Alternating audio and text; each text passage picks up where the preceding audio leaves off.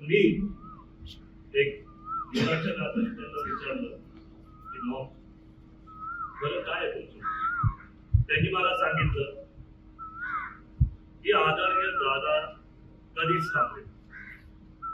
तुम्हाला माहिती आहे जेव्हा विमानाचा अपघात झाला तेव्हा पण त्यांच्या हातात पेपरच होते.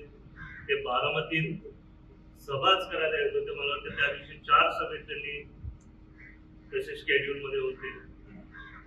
26 तारखेला मी दादांना पुन्हा दादा असे नेते होते की त्यांना सगळंच बरोबर आवडायचं. त्यांना सगळंच एका कायदेशीर पाण्याने आवडायचं. माझं जेव्हा लग्न झालं तेव्हा मी आणि माझे मिसेस पुण्यामध्ये आम्ही आमचं स्वतःच एक घर तिथं घेतलं. तर 24 तारखेला दादा बारामतीतच होते. रात्री संयोगला आले. मी दादाला बोललो की दादा मला तुमची थोडी वेळ पाहिजे. दादा 24 तारखेला रात्रीच पुण्याला जाणार होते.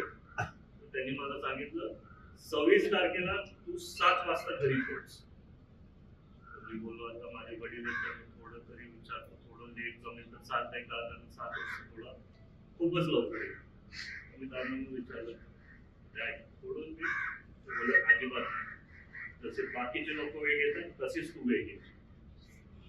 26 तारखेला 7 वाजता मी तिथं पोहोचलो आणि दादा एवढे खुश होते की मी वेळेच्या आधी तिथं पोहोचलो. दादांनी 1 तास माझ्याबरोबर चर्चा केली, कामाबद्दल बोललो. मीटिंग खूप चांगली झाली आणि मग दादा झेंडा मंडळाच्या कार्यक्रमासाठी जाणार होते. तेव्हा तुम्हाला माहिती आहे दादा जिथेही असतात दरवाजाच्या बाहेर निघाला की गर्दीच. तरी मी त्यांच्या जवळ गेलो. मी दादांना विचारलं दादा येऊ का मी तुमच्या बरोबर झेंडा मंडळासाठी.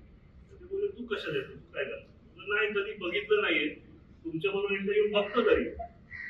तर एक मुलाच्या नात्यात ते बोलले ठीक आहे पुढच्या सीटवरती बस.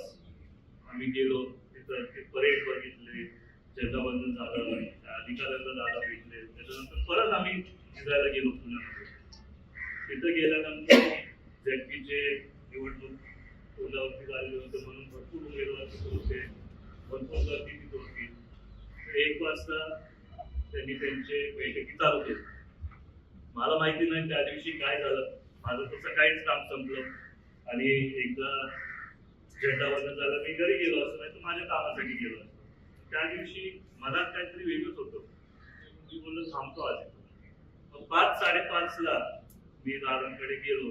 दादा पास ना अनेक वर्ष रात्रीचा दिवस करतो, थोडं तरी विश्रांती घ्या. तेव्हा दादा बोलले जया शेवटची निवडणूक आहे, याच्यानंतर 3 वर्ष काय नाही, 3 वर्ष आपण आरामात सगळं करू.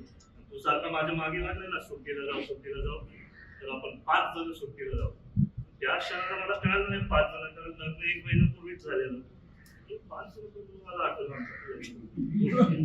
पण दादांचं मनात कायम चांगल्या गोष्टी, दादांच्या आठवणी तर आपल्या सर्वांच्या